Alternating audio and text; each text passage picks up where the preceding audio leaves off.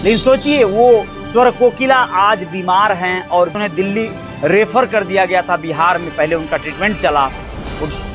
उगो हो सूरज देव भइल गदबेर, इस तरह के और न जाने कितने गाने गाने वाली स्वर कोकिला कही जाने वाली बिहार की एक ऐसी बेटी, एक ऐसी गायिका के बारे में आज बात करेंगे जिनको आप लोग खूब जानते पहचानते हैं। जी हाँ, बात कर रहे हैं शारदा सिन्हा की। शारदा सिन्हा सिनेमा जगत कहिए या फिर भोजपुरी का वो स्वर संगीत का महाकुंभ कहिए, जिसमें उन्हें किसी परिचय का मोहताज नहीं होना पड़ा।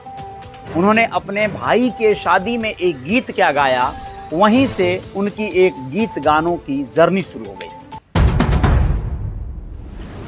नमस्कार, अजय साहनी स्टार हूं और रियल रिपोर्टर न्यूज स्टार पे आज आप लोगों को बता रहा हूं बिहार की स्वर कोकिला के बारे में, जिनको आप लोग जानते हैं पहचानते हैं।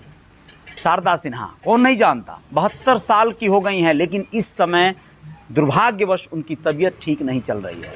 वो दिल्ली के एम्स में भर्ती हैं और विगत एक हफ्ते से उनका हाल ठीक नहीं है। उनके बेटे अंशुमान सिन्हा ने बताया कि उनकी मां कुछ खा पी नहीं रही हैं, तबीयत में सुधार भी आता नज़र नहीं दिखता है। देश और प्रदेश की एक बड़ी आबादी इस बात से बहुत आहत है, जो लोग खासकर संगीत प्रेमी हैं। आप लोगों को बताना ज़रूरी है कि 1 अक्टूबर 1952 को सुपौल के हुलसा गांव में शारदा सिन्हा का जन्म हुआ था। उनके पिता का नाम था सुखदेव ठाकुर। जी हाँ, 8 भाइयों की इकलौती बहन थी ये, जिस वजह से परिवार में इनको बड़ा स्नेह मिला था और इनके परिवार में दूसरी कोई बेटी नहीं थी, यानी इनकी कोई बहन नहीं है।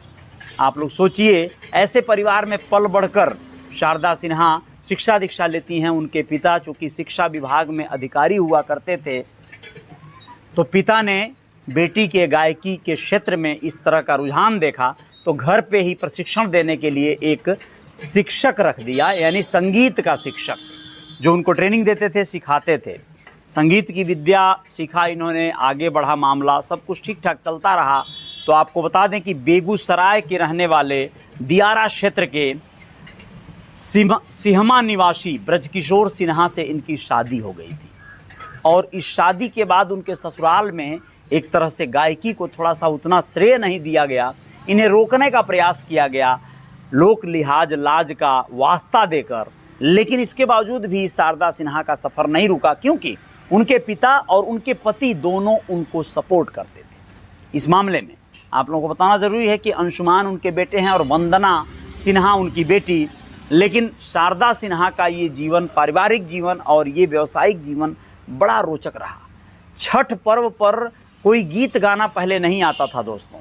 छठ पर्व पर इन्होंने सबसे पहले, आप लोगों को बताना ज़रूरी है कि 1974 में गीत गाया था और उगा हो सूरज देव गाना बहुत विख्यात हो गया था।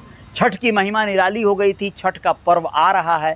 इस छठ पर्व के देखते हुए शारदा सिन्हा के गीतों की फिर से एक बार अलख जगेगी। लेकिन सोचिए, वो स्वर कोकिला आज बीमार हैं और बीमार रहते हुए उनके गीत बज रहे होंगे, वो तो उस दर्द को सह रही होंगी, लेकिन उनके ही गीतों से कितनी ऐसी माताएं बहनें इस पर्व को मना रही होंगी और न जाने कब तक मनाती रहेंगी। तो आप लोगों को बताना ज़रूरी है कि यह जो कुछ भी दौर चल रहा है, जो कुछ भी सफ़र चल रहा है, शारदा सिन्हा के जीवन का एक कठिन दौर से ये गुजरना हो रहा है। वो दिल्ली के एम्स में भर्ती हैं, वो सीधे उनका इलाज चल रहा है। आप लोगों को बताना ज़रूरी है कि 2018 में उन्हें पद्म विभूषण सम्मान से भी सम्मानित किया गया था। यह बहुत बड़ा अचीवमेंट है, बहुत बड़ी उपलब्धि है, क्योंकि आमतौर पर ये सम्मान सबको नहीं नसीब होता। बीते 7 दिनों से शारदा सिन्हा कुछ खाना पीना नहीं ले रही हैं। इसके बाद उन्हें दिल्ली रेफ़र कर दिया गया था बिहार में, पहले उनका ट्रीटमेंट चला। वो डॉक्टरों की निगरानी में, उनकी हालत दिन प्रतिदिन बिगड़ती जा रही है। बिहार के स्वास्थ्य मंत्री मंगल पांडे ने शारदा सिन्हा के बेटे से फ़ोन पर हालचाल लिया था और बेहतर इलाज का उन्हें आश्वासन भी दिया था। 22 सितंबर को शारदा सिन्हा के पति ब्रजकिशोर, इसी वर्ष की बात है, 22 सितंबर यानी पिछले महीने में ब्रजकिशोर सिन्हा की मृत्यु हो गई थी, निधन हो गया था। और इस दौर से अभी सोचिए गुजर रही थी कि इनकी खुद ही तबीयत खराब हो गई। अब आप लोग सोच कर देखिए कि ऐसे में परिवार का माहौल कैसा होगा। बड़ा दुखद पहलू होगा ये और बहुत दुखद बात होगी। कुल मिला जुला कर यह आप सब लोग भी जिम्मेदारी एक तरह से बनती है कि इस हम लोगों के एक विरासत कही जाएंगी शारदा सिन्हा, भोजपुरी जगत की इतनी बड़ी गायिका जिनको हर कोई नाम लेता है, पसंद करता है, उनके गीत बजते हैं, तमाम सामाजिक लोकगीत उन्होंने गाया हुआ है।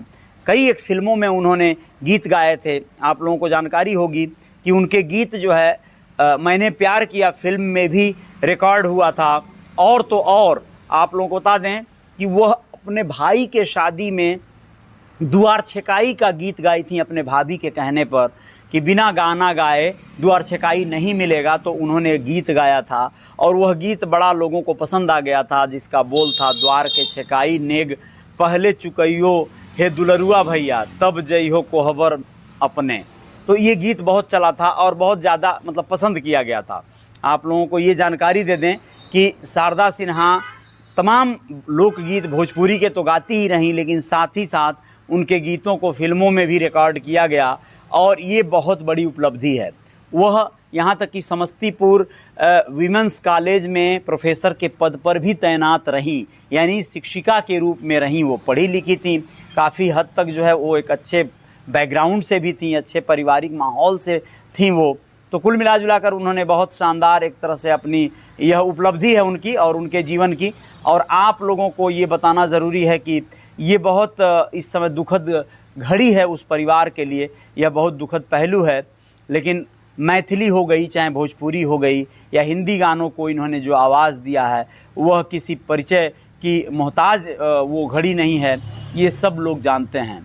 तो आप लोग शारदा सिन्हा की लंबी उम्र की कामना करेंगे। रियल रिपोर्टर न्यूज़ स्टार पे आप इस खबर को सुन रहे थे। बाकी खबरों के साथ आएंगे, आप लोग बने रहिएगा मेरे साथ, जय जयकार जारी रहेगी। नमस्ते। लाइक और शेयर करना मत भूलिएगा, चैनल को सब्सक्राइब कर लीजिएगा। जय हिंद, जय भारत, शुक्रिया।